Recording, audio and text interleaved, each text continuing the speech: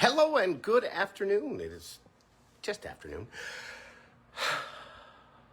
You know what? I should really practice what I'm going to say when I first get on here, because sometimes it takes me a second and I don't actually know what I'm going to start with. But I know the general idea of what I'm going to say. So last week I started ranting a little bit about financial stuff. And by no means am I an expert, but I would say I definitely know more than the average person. I spent a lot of time working in that industry, everything from like taxes all the way up to institutional investments, working with investment banks, that kind of stuff. And I learned a lot working with those things. But I think the average person really needs to understand a few concepts to be able to get ahead. So I'm going to sprinkle them in here. I know a lot of people love the mindset stuff, but if your money's not right, your mindset's not right. So let's talk about a couple of things. One of the most important, sorry, I'm swallowing at the same time and just about choked myself. One of the most important things you can understand about investing is asymmetrical risk. This is one of the first concepts when I lost a whole bunch of money and I really started studying money. This was one of the very first things that I learned, and I read it in a book by Tony Robbins called Money Master the Game. An asymmetrical risk is the idea that you're investing in something that is backed by something that's worth as much or more than the money you're investing in. That sounds very complicated, but I'll give you a great example. So when the penny was decommissioned, people went out and bought $1 million worth of pennies because the melt value of the pennies is actually worth more than what the penny is worth. But it's illegal to melt down currency to get that realization of the appreciation or the return on the investment.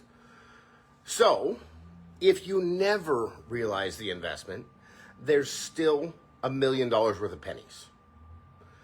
That's the idea. So I buy something that is worth X amount as my investment, and if I see a return before I started talking, had my ringer on and everything, so it came right through. The idea is that I buy something that's worth the amount of money that I'm putting into it.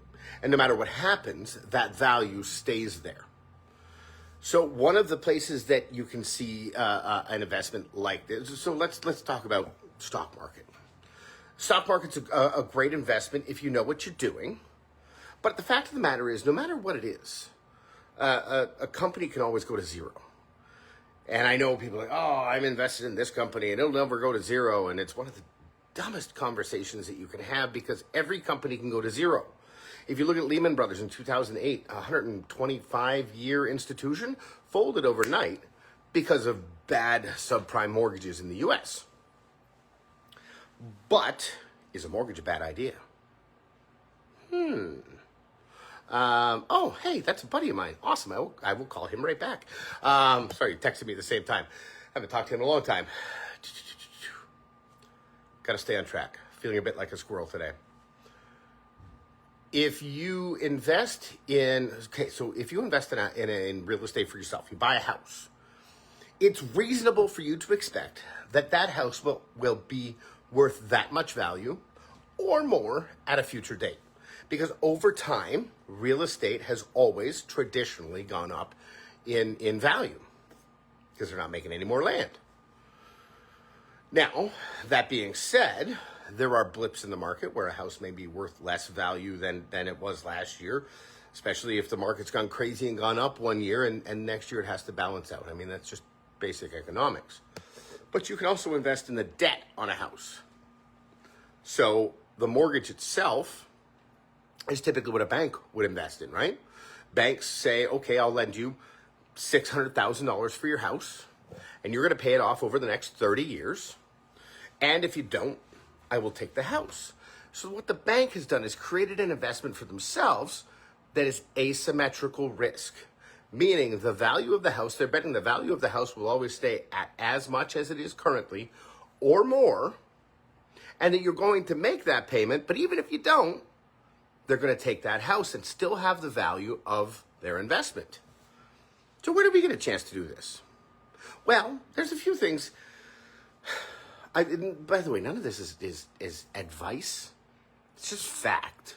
If you can invest in something that is always going to be worth what it's worth right now, it's a really safe investment.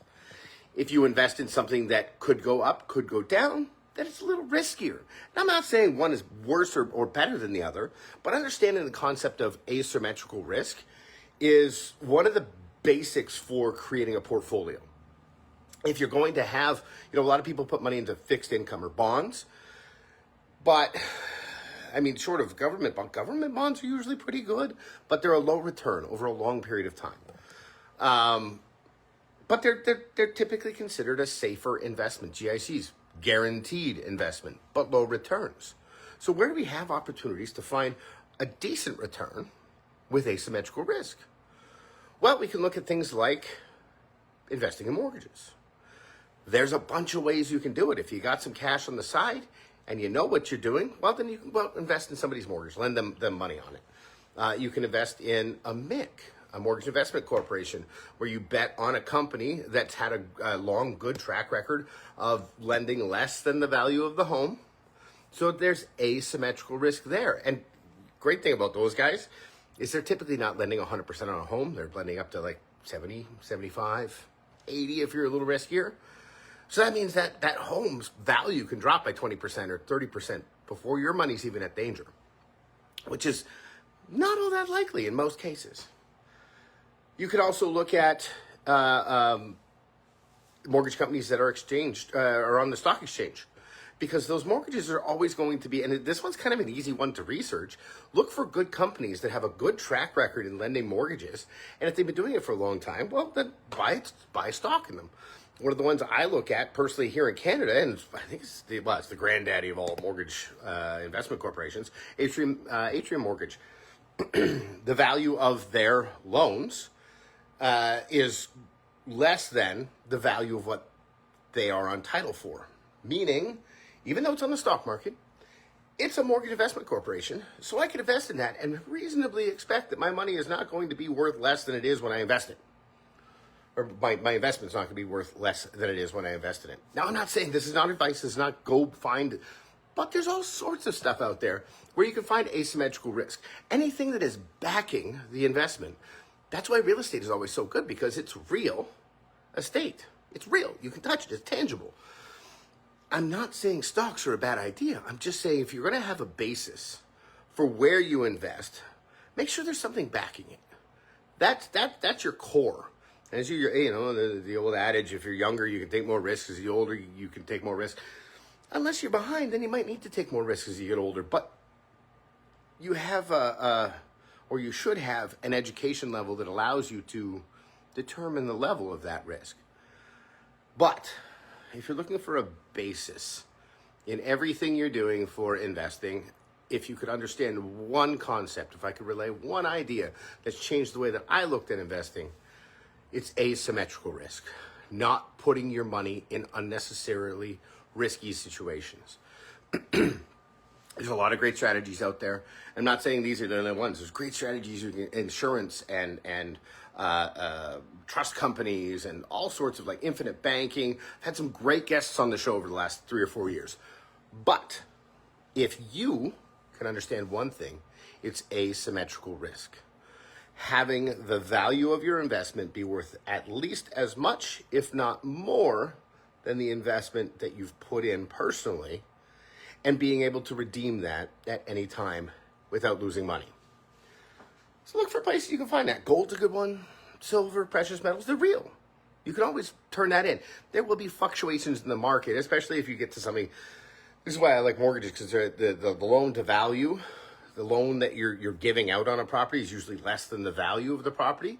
So there's room to play. If the market's bouncing, then it's not going to affect what you're doing.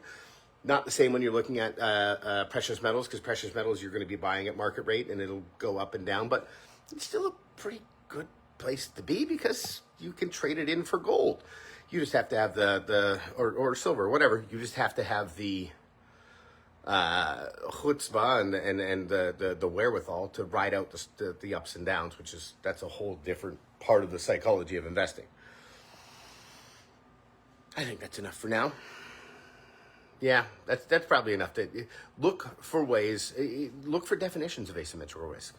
And even in the example I said, copper is a precious metal. Even though it's a penny, you're basically buying it at a discount, although I don't think you can buy pennies in bulk anymore. The fact of the matter is, no matter what, he had $1 million. That guy had $1 million in pennies that could be redeemed at any point to make sure that he didn't lose money, except to inflation. That's something you have to consider as well, because 3% a year eats away your money. That's another day. Anyhow, that's it for me today. Until tomorrow, know that I love you. I'll see you soon.